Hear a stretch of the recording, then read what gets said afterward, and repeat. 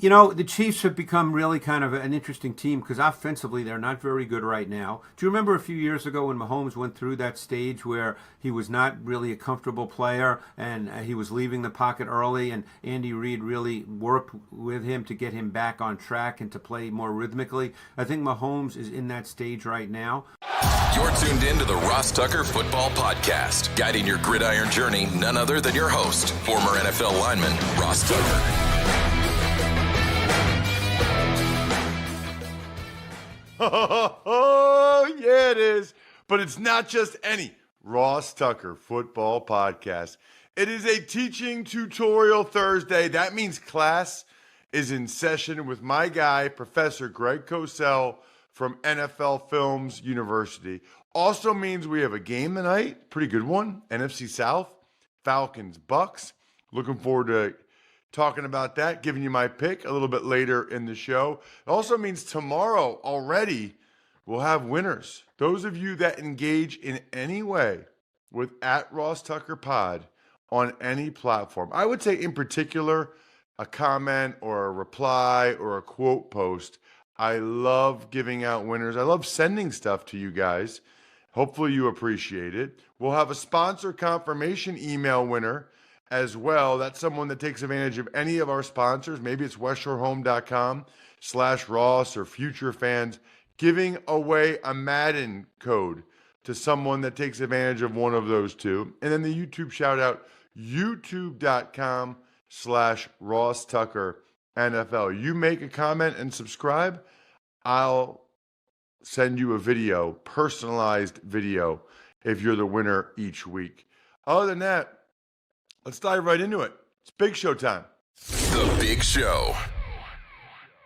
All right, my guy Greg Cosell is, of course, presented by Smirnoff, the world's #1 vodka.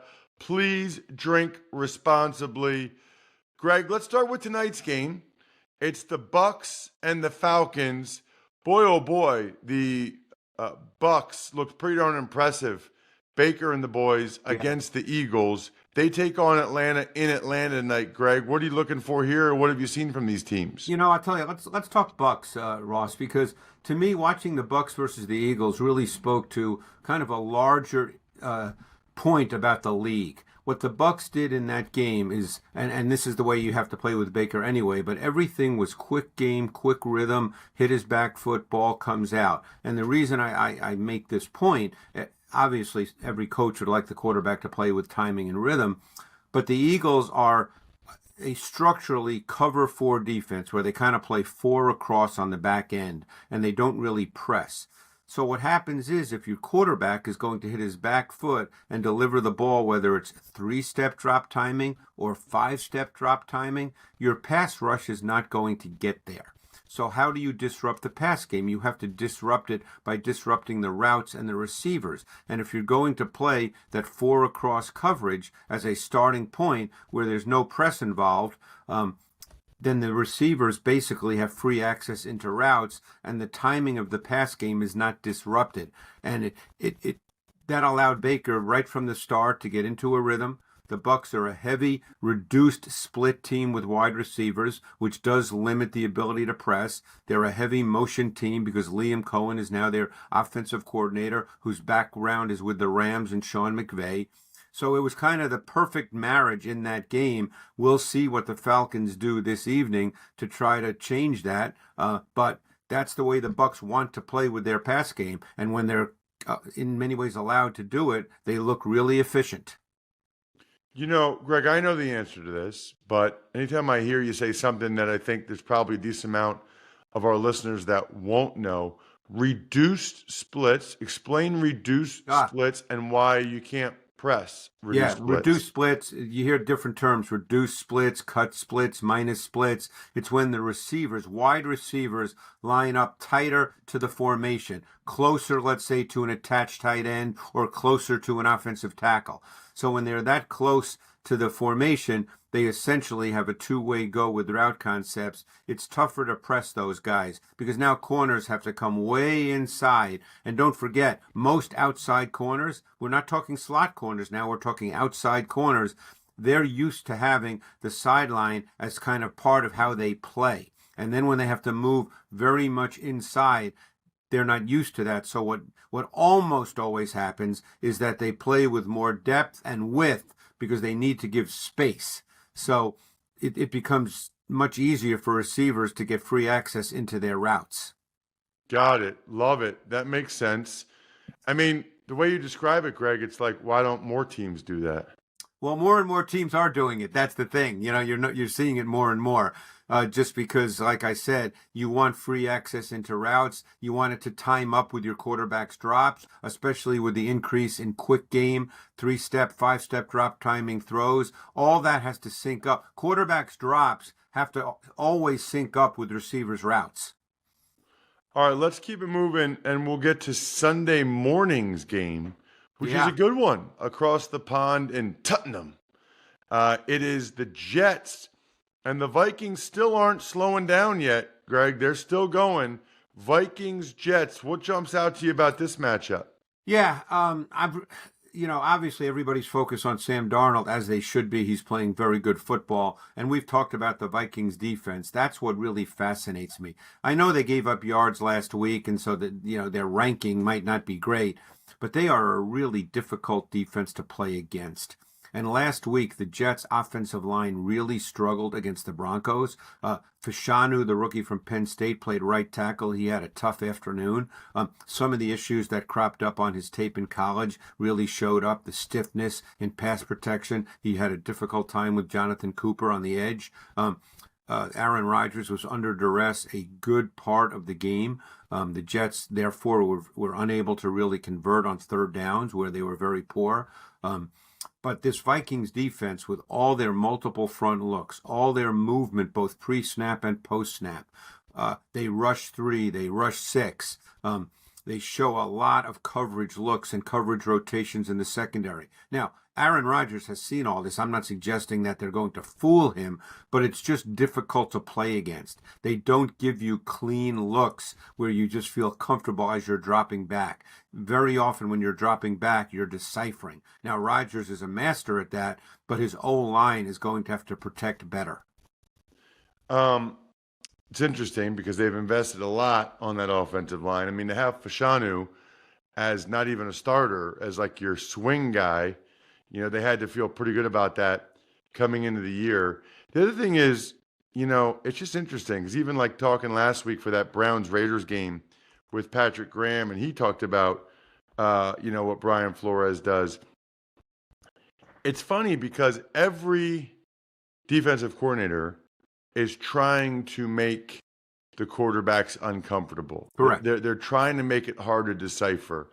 But some of them are just better at it than others. Or some of them are more willing to do unconventional things, I guess, than others. And it's also the players you have, because, I was saying to one of my guys in the matchup room here at NFL Films watching the Vikings D that with all the things he does, I think to myself, how do you go about teaching all that? The players must be really intelligent, really intuitive.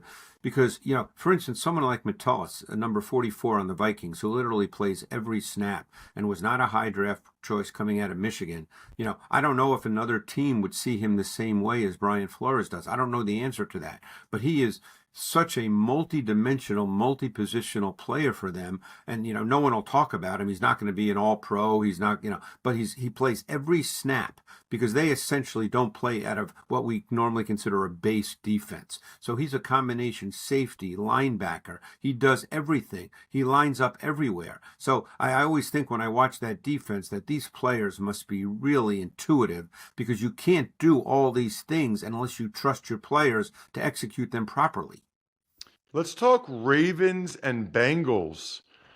Greg, the Bengals got their first win in Carolina. Their offense seems like it's humming.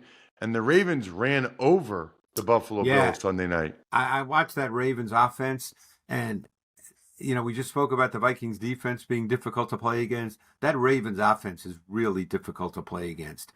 There's so much misdirection. There's so much backfield action. And the Lamar factor is so, so critical. And now they can run downhill. So they can beat you in some ways, and I don't know if this is the right word, but they can beat you in some ways with deception, with all their misdirections and backfield actions, and now they can line up and just grind you downhill. So, one of the things that really stood out watching the tape this week was just sort of the hesitation that all this causes for second-level defenders. The Bills' second-level defenders really had a difficult time, and it just slows down your reactions. You can't trigger. You're waiting to react instead of reacting. And look, the last 2 weeks, Lamar's thrown 15 balls and 18 balls because they've been able to do so much with their run game and the difficulty in stopping their run game, which of course includes Lamar. And he's the only quarterback in the league, in my view anyway, where you can do this with. You can play this way because of Lamar. So it's just a difficult offense. Now, granted, the Bengals, they're in the same division. They've seen him before. But the Bengals have had a difficult time this year with their run defense. Let me ask you this, Greg. Certain other teams, Eagles with Jalen Hurts, Cardinals with Kyler Murray, maybe the Colts with Anthony Richardson, they're just not as dynamic as Lamar. Like, in other words, aren't there other teams that could try to play like like Lamar? Conceptually, you think they could. I think Lamar is in a different category. I think when it's like when you talk about great quarterbacks, like when you talk about, I remember for years and years after Joe Montana, people would say about college quarterbacks, well, he plays like Joe Montana. Well, you can stylistically look like that, and we all make comparisons like that. But when all's said and done, there was only one Joe Montana who played exactly that way. I think Lamar is in a special category when it comes to that. I think there are teams that try to echo that and do that, and you mentioned those kinds of teams, whether it's a Murray or a Richardson. I think clearly, I think you see the Colts trying to do that. But I think that the one thing about Lamar, too, is he's a better passer than I think. I don't want to say people give him credit for, but he can make throws. It's not a case where he's just a guy who can run. He can make throws. And they've really got a really good blend of how they mix the run and the pass.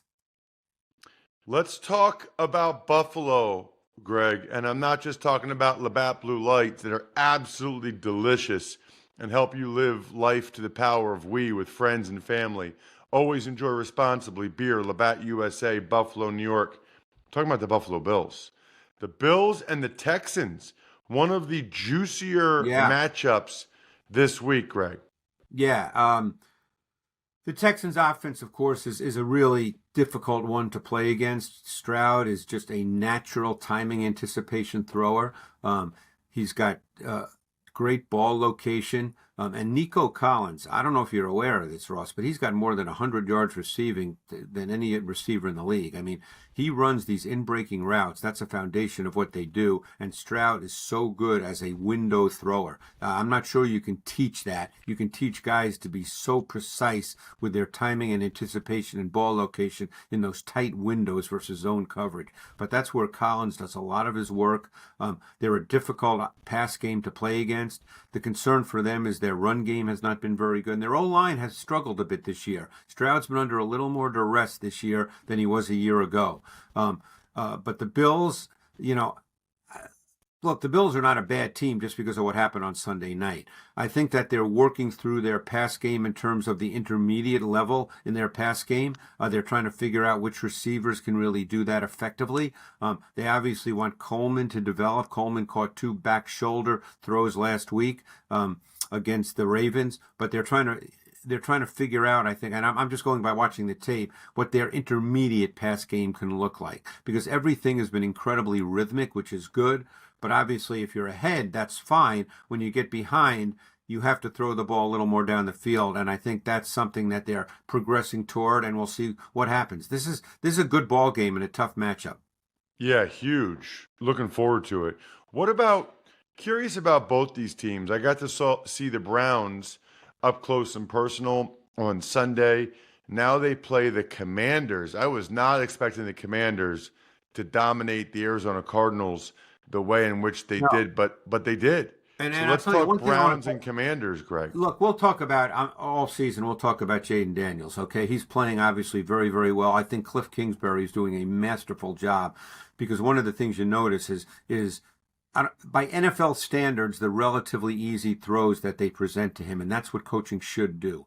But the player I really want to talk about, because I think he's overlooked because of Daniels, and deservedly so, Daniels has been special, is Brian Robinson. They've got a meaningful run game, and Robinson is a strong, physical inside back. He's a downhill runner. He's a finisher. He gets hard yards, and I think that that's a really important part of their offense. Now, having said that, I'm not sitting here saying Robinson is, one of the top 3 backs in the league.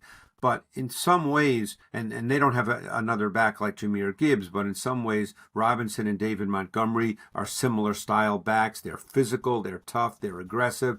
They're a little juicier than you think. You wouldn't call them explosive, but they're not plotters, and they're not just grinders. So their run game, I think, is a factor as well. And don't forget, with Daniels, you do always have the zone read element in your offense, so you have to account for that defensively. That part of it helps quite a bit. On the other side, by the way, I thought Deshaun Watson played really well, and they still lost to the Raiders, which probably not a great sign. What about the Niners and the Cardinals, Greg? The Niners have gotten some of their guys back. We had Ed McCaffrey on yesterday talking about Christian and kind of where he's at. I'm a little disappointed in the Cardinals the last couple of weeks. I thought after they blew out the Rams, that might be more who they were. Well, I think they're always going to be inconsistent on offense just because of the nature of Kyler Murray. Kyler Murray, can make special, dangerous, dynamic plays as he did week 2 against the Rams. And by the way, can do that at any given moment in any game. But there's no real consistency to the way in which he plays. There's not enough routine layups that are made in their pass game. So it becomes week to week. You just don't know what's going to happen. In many ways, you don't know what you're going to get. They actually run the ball very well. James Conner, I just talked about Brian Robinson. You could put James Conner in that same bucket. He's a really tough, aggressive, physical runner. And they have some really good run game concepts. Defensively, I think is where they struggle. I sense that Jonathan Gannon, he does some really interesting things defensively. I won't go in the weeds because you'd almost have to see it. But I think he's trying to scheme for the fact that he doesn't have really impact players on the defensive side of the ball. So he's working to scheme and try to present different looks for offenses to make it difficult for offenses to figure out. But if I told you that Jordan Mason through 4 games has 11 more carries than Christian McCaffrey had through 4 games last year, I bet that would surprise a lot of people. Yes, it would for sure. And you're right. The Arizona Cardinals, they don't have any pass rushers. Like No. they don't have any. So No. I mean, they have to have the worst group of edge rushers maybe I've ever seen for an NFL team. Like those guys, none of them get home on their own. What about? Hey, this is a classic one, Greg. Cowboys, Steelers. Yeah. Well, you know what? It's funny. I always get asked in various places, Ross, about guys and sacks, pass rushers and sacks, because fans often say, oh, he only has such and such number of sacks. What's wrong with him? That is not the right way to evaluate a pass rusher. The right way to evaluate a pass rusher, in my view, is how offenses account for him in those critical situations, high leverage situations, long yardage. And when you watch, whether it's a Nick Bosa, we just talked about the Niners, TJ Watt, who I did a piece on in the matchup show this week, but not just focused on him, but how offenses account for these players. If they have to chip them, if they have to keep someone in, if they have to do something special in order to account for a really good pass rusher, that's the better way to evaluate a pass rusher. You know why? Because that means the offense becomes limited in what they can do in their pass game. That's the way to evaluate pass rushers, not whether on 400 rushes he has 14 sacks or 18 sacks. So I think that's really how you evaluate a pass rusher, is how offenses have to account for them in critical situations. Interesting. I think there's some truth to that. What about the game I got for Westwood 1 Monday night? I'll be in the booth with Kevin Harlan. Anybody driving around? My Saints, man Kevin Harlan, Chiefs. say hello for me. I will. Yeah, he's the man. Saints, Chiefs, Greg. The Chiefs have become really kind of an interesting team because offensively they're not very good right now. Do you remember a few years ago when Mahomes went through that stage where he was not really a comfortable player and he was leaving the pocket early, and Andy Reid really worked with him to get him back on track and to play more rhythmically? I think Mahomes is in that stage right now. Now, it could be a function of lack of confidence in his receivers. We don't know what's in his head, so I don't want to say what it is. I can only tell you what the tape shows, that right now there's not really a rhythmic feel to it, to the manner in which he's playing. They're winning by, I think they've had one score games, and like going back to last year, like 16 of their last 17 games, something like that. But they're not really putting up a lot of points. They're going to have to figure it out on offense without Rice now, of course. Defensively is where they're really good. I really enjoy watching their tape every week. Spagnuolo is the best in the league using his defensive backs as pass rushers and blitzers. I mean, it's really unbelievable how he puts together particular pressure concepts, particularly when you get to third down, and particularly when you get to the fourth quarter. He's so good at that. Check him out on social media like I do. He is the man at Greg Cosell. Love our conversations every Thursday here on the Ross Tucker Football Podcast. Thank you, Greg. Thanks, Ross. Appreciate it. Smirnoff knows there's no I in football. Football is a we thing, an experience that is best enjoyed together with good drinks and good folks. Smirnoff's the world's #1 vodka and an official vodka partner of the NFL. And this year, Smirnoff is giving fans in select areas of the country a chance to win the ultimate game day experience, from tickets to sideline passes and much more. Just head to WeDoGameDays.com until November 15th to enter for your chance to win. Smirnoff, We Do Game Days. Please drink responsibly. Smirnoff #21 vodka, distilled from grain, 40% alcohol by volume. The Smirnoff Company, New York, New York. Please do not share with anyone under legal drinking age. No purchase necessary. 21 plus. Ends 11/15/24. See rules at website for participating areas and other important details. Sponsored by Diageo Americas Incorporated, New York, New York. Tuck's Takes. All right, Ross, you really didn't get a comment on this. The suspensions. Bills edge rusher Von Miller, he was suspended 4 games. Browns defensive tackle Mike Hall, 5 games, both under the personal conduct policy. Right, and both stem from domestic abuse allegations. So I guess for the NFL to suspend them, they think that there's some truth to that, or that they found in their investigation enough evidence that they thought it merited a suspension, which is a really bad look for both those guys. Really bad look. Mike Hall hadn't played yet for the Browns, so it's hard to know what they're missing, although they're missing something on defense because they're not playing the way they did last year, that's for sure. And then Von Miller had really played pretty well so far this year for the Bills. I think he had a sack in his first 3 games, was certainly giving them some really good situational pass rush. So that's a loss for them as well. We've got a game tonight, Ross. The Atlanta Falcons, they are hosting the Tampa Bay Buccaneers. Who do you like in this one, and why?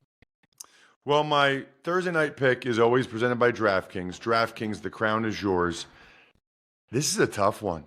I mean, I've gone back and forth on this one. The Falcons are at home. I give them some extra love for that. But I think the Bucs are better. Although the Bucs the last 2 weeks, they were so bad against the Broncos, so good against the Eagles. It's really hard to know what Bucs team we'll get tonight. I guess I'll go with the Bucs, but honestly, it's a coin flip. I'll go with the Bucs just because it feels like they are more firing on all cylinders on offense than the Falcons. It feels like Kirk Cousins still trying to get accustomed to the new offense, and Kyle Pitts and Drake London. So give me the Bucs on the road. I think they're underdogs there. It's my first underdog pick of the week. Ross's Underdog of the Week. Got some injury news. Patriots center David Andrews, he's having season-ending shoulder surgery, while Dolphins edge rusher Jalen Phillips, he's also out with a season-ending injury for the 2nd straight year. That is just brutal. I think last year for Jalen Phillips, it was his Achilles, and then this year it's his knee. I did that game Monday night on radio, and he came back in and batted down a pass, and then came out, and then came back in, and you could just tell like something was wrong with it. It kind of like gave out on him.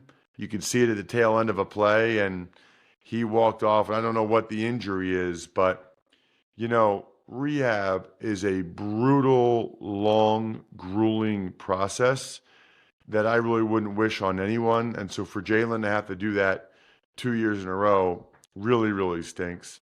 As for the Patriots, there was some talk yesterday about David Andrews potentially trying to play the rest of the season through this shoulder injury, to which I would have said, why? Why would you do that? You're on a terrible team, and that could affect your offseason and getting ready for next year when they might have a better team. He's definitely, in my mind, making the right decision by getting that shoulder surgery now. But this might delay even longer until we see Drake May as the starter, because now they don't have their veteran center to make sure everybody's on the same page and make sure the blitzes are picked up anymore either. Cowboys wide receiver Brandon Cooks, he is expected to miss at least one game due to a knee infection following a procedure in New York. Thought that was interesting, right? So they played last Thursday night in New York. I don't know if Brandon came out of that game or if Brandon had anything wrong with him, or if maybe he just stayed there after the game to get this procedure done. But I mean, whatever procedure he had ended up getting infected. So now he's had to have like his meniscus cleaned out, the infection cleaned out.